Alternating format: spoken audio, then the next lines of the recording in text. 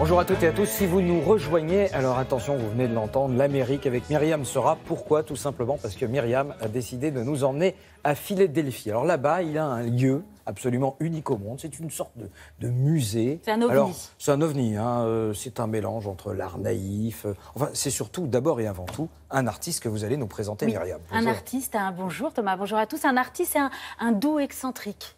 Un artiste informel, natif de Philadelphie et qui contribue depuis plus de 40 ans à faire de Philadelphie vraiment une ville, une communauté créative et florissante. Je vous explique. Alors, contrairement à ce que vous allez voir et ce que vous pouvez croire en découvrant les œuvres d'Isaiah, Isaiah est quand même diplômé des Beaux-Arts de New York. Voilà, ça c'est une de ses fresques.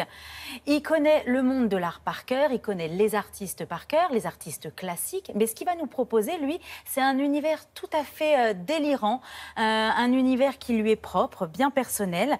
Et ce sont des œuvres qui racontent, si vous voulez, ses expériences, ses rencontres, ses voyages, son univers, sa vie.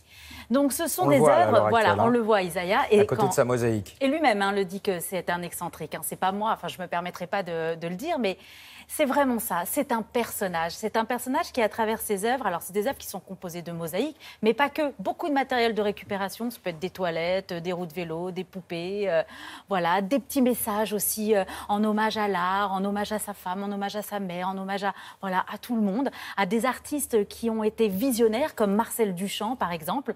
Donc cet endroit qu'il a investi à Philadelphie s'appelle le Magic Garden. C'est un endroit qu'il a investi au début des années 90. C'était un endroit qui était laissé à l'abandon et il s'est dit tiens, je vais embellir le quartier, apporter un petit peu de couleur et de poésie.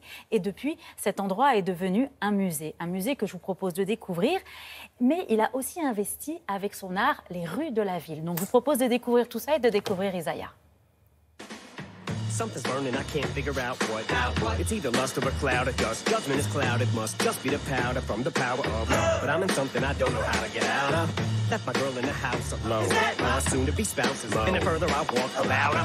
Pause for a minute to make.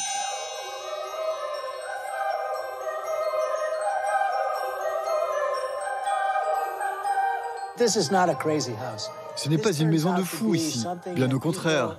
C'est un endroit qui a été imaginé pour que les gens s'y sentent bien, un peu comme chez eux. C'est comme un jardin d'Éden.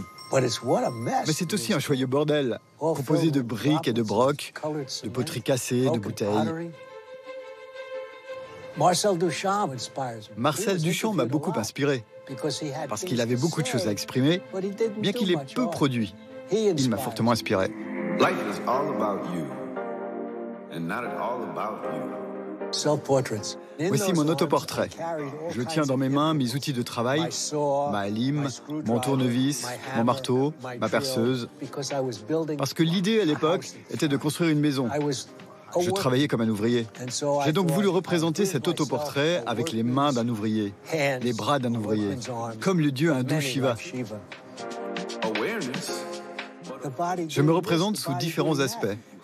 J'aurais aussi pu me représenter en train de réaliser des choses incroyables, impossibles à faire dans la vie réelle. J'aurais pu voler comme Superman.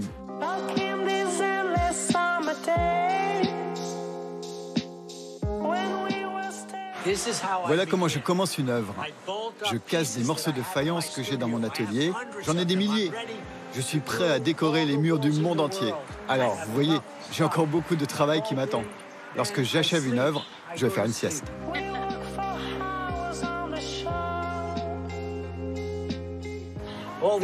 Toutes ces femmes représentent ma mère. Elle avait pour habitude de me crier dessus. Viens prendre ton petit déjeuner. En tant qu'artiste, je me sens irrationnel. Je suis excentrique en fait. C'est peut-être la clé de ce qui se passe dans ma tête. Et justement, ma tête, on la retrouve depuis toujours dans mon travail. J'ai réalisé des milliers, voire des millions de visages me représentant.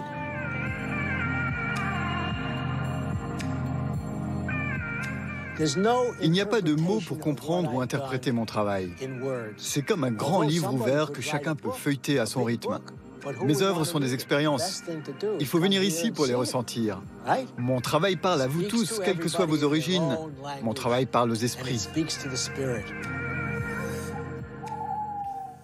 Alors il y a un jardin, puis il y a un nain de jardin dedans avec son petit bonnet rouge exceptionnel. Vous me disiez que Philadelphie quand même est très connue internationalement pour son travail sur les murs. Voilà, Philadelphie, c'est vrai qu'à une culture unique d'art mural. À Philadelphie, quand vous vous baladez dans la ville, on compte pas moins de 3500 fresques murales de peinture uniquement et 200 œuvres d'Isaiah que vous venez de découvrir à travers la ville. Donc c'est vraiment une culture à Philadelphie de décorer la ville d'une manière artistique et justement informelle.